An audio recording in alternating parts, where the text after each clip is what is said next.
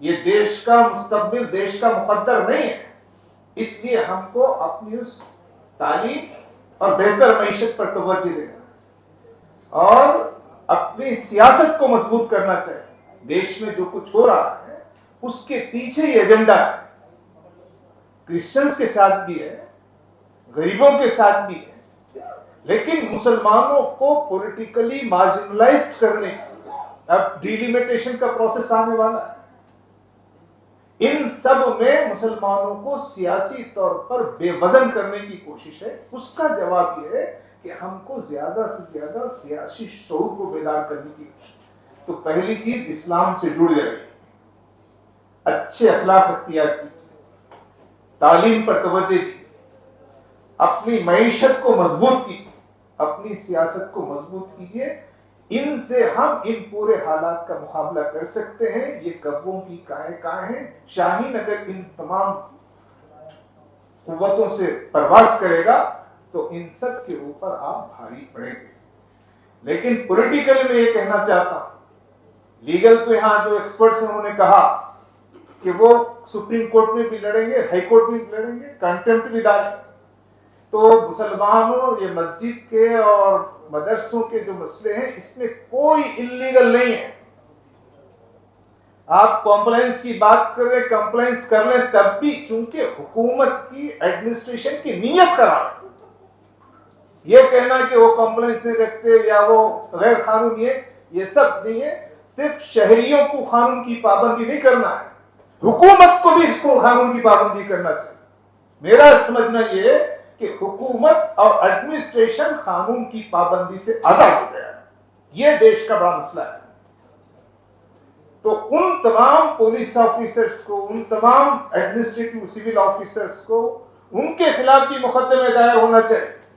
ان کی تنخواہوں سے ان کا کمپنسیشن دینا چاہیے. یہ دیش میں یہ صورت پیدا ہوگی. 5 سال 10 سال کے بعد یہ کیفیت کو واپس آنا ہے. میں پولیٹیکلی اپنی بات رکھتے ہوئے بات ختم کروں. میں تو کمیونٹی لیڈر ہوں، لیکن جو پولیٹیکل لیڈر ہیں، جیسا یہاں فیسسٹ لوگ یہ جو مسجدوں کی یا چرچ کی ڈیمولیشن میں یہ جو فیسسٹ پارٹی کے لوگ ذمہ دار ہیں، میں جو سیکولر اپوزیشن ہے اس سے بھی یہ کہنا چاہتا ہوں، یہ ان کا کام ہے، یہ جنتا کا کام نہیں ہے کہ وہ اپنی جنگ آپ لڑے. یہ سیکولر اپوزیشن کا کام ہے کہ وہ جنتا کی خدمت کرے، جنتا کے مسائل کو آگے بڑھے. اگر یہ سیکولر اپوزیشن اپنا یہ کام نہیں کرے گی تو ان کا مستقبل بھی تاریک رہے گا. پھر نئی نسل آئے گی، جنزی آئے گی، کوئی لوگ آئیں گے، نہ فیسسٹ رہیں گے، نہ یہ نام نہاد جو سیکولر اپوزیشن بنتے وہ بھی نہیں رہیں گے. ایک نیا ہندوستان ہو. اس لیے سیکولر اپوزیشن سے ہمارا یہ کہنا ہے کہ وہ ان تمام انلیگل ڈیمولیشنز میں اس جنتا کی، مسلمانوں کی، کرسچنز کی وہ قیادت کرے، ان کا کیس وہ لڑے. دیش میں تو اب 2 ہندوستان ہو گئے. ایک ہندوستان ہمارے یہاں جو معمر خاتون سیدہ حمید صاحبہ کہہ رہی تھی، 2 انڈیا ہیں. ایک انڈیا جو راشٹر پتا ہے، گاندھی جی کا انڈیا.